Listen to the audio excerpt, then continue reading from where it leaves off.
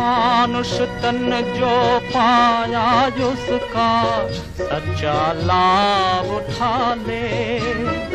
जीवन ये अनमोल तिहारा पल पल बीतत जात।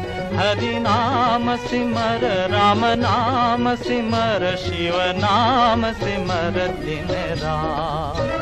हरि नाम। फिर आ गया जोशी मठ या ज्योतिर्मठ। जगत प्रसिद्ध वेदांत और दर्शन शास्त्र के महान भाष्यकार जगत पूज्य आचार्य शंकर ने इस मठ में अपनी महासाधना के श्री क्षेत्र की स्थापना की थी। उन्हीं की महासाधना से प्रेरित होकर भक्तों और सन्यासियों का दल आज भी यहाँ योग साधना किया करता है। शंकराचार्य जी ने जहाँ परम ज्योति लाभ की थी, उस स्थान पर छाया घिरी साधन वेदी के दर्शन करने से भक्ति और श्रद्धा अपने आप उमड़ आती है। फिर आ गया पांडुकेश्वर। कहते हैं इतिहास प्रसिद्ध चंद्रवंशी पांडु राजा यहीं निवास करते थे।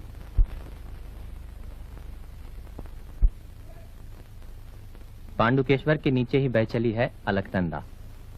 पुल पर से गुजरकर पहाड़ के बाद पहाड़ और कितने ही मुश्किल चढ़ाइयां चढ़ने के बाद लोकपाल के विशाल पर्वत की चोटी दिखाई देती है। सर पर सफेद मुकुट सा पहने हुए यह लोकपाल पर्वत की चोटी बर्फ से हमेशा ढकी रहती है। बीच की भूमि पर हेमकुंड नाम का एक बहुत बड़ा सरोवर है। सरोवर के चारों ओर उजली चमकीली बर्फीली पर्वत श्रेणियां विराजमान हैं। मनुष्य का रहना सहना यहाँ संभव नहीं। कहते हैं सिखों के दशम गुरु गुरु गोविंद सिंह जी ने इस जनहीन स्थान पर किसी समय एकांत साधना की थी। उनकी उस महान साधना के स्थान पर आज एक सिख गुरुद्वारा दिखाई देता है।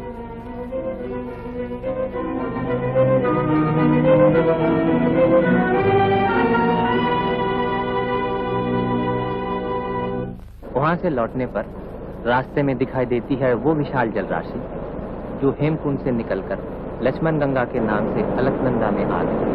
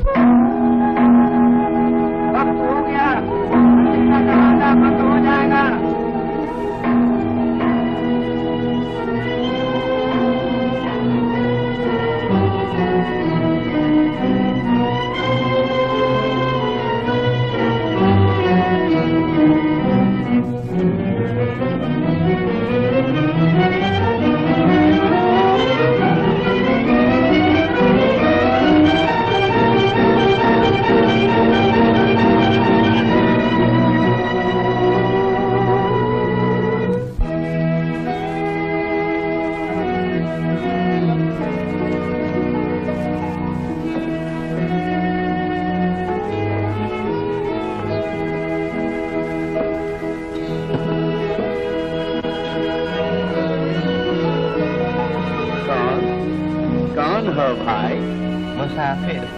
मुसाफिर बैठे क्यों हो भाई? बीमार हो? नहीं जी, चल नहीं सकता। ओ, चल नहीं सकते? आओ मेरे साथ, मैं तुम्हें बाबा बद्रीनाथ के पास ले जाऊंगा। उठो, चलो भाई, आओ।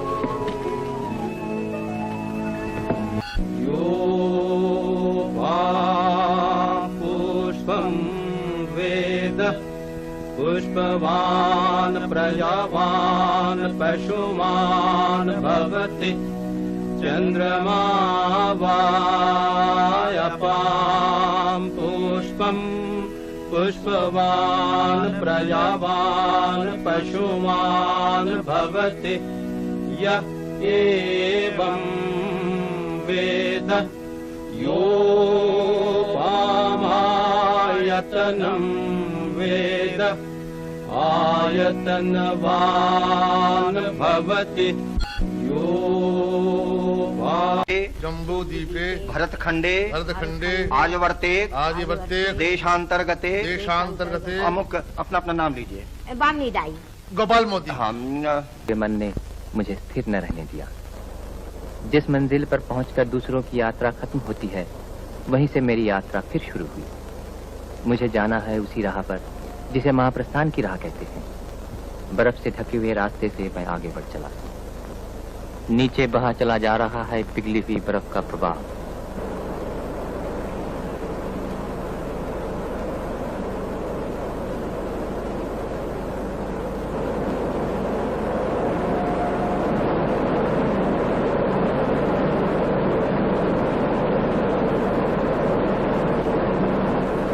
बहुत कुछ आगे बढ़ जाने पर वसुधारा का मनोहर दृश्य दिखाई देता है।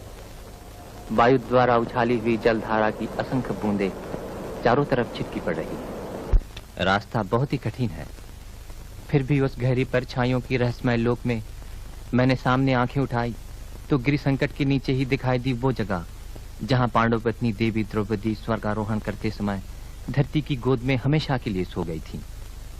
इस पवित्र लक्ष्मीबान के पुण्य क्षेत्र में पहुंचकर ऐसा जान पड़ा जैसे मेरी सारी सत्ता किसी गहरी चोट के दर्द से व्याकुल हो उठी हो।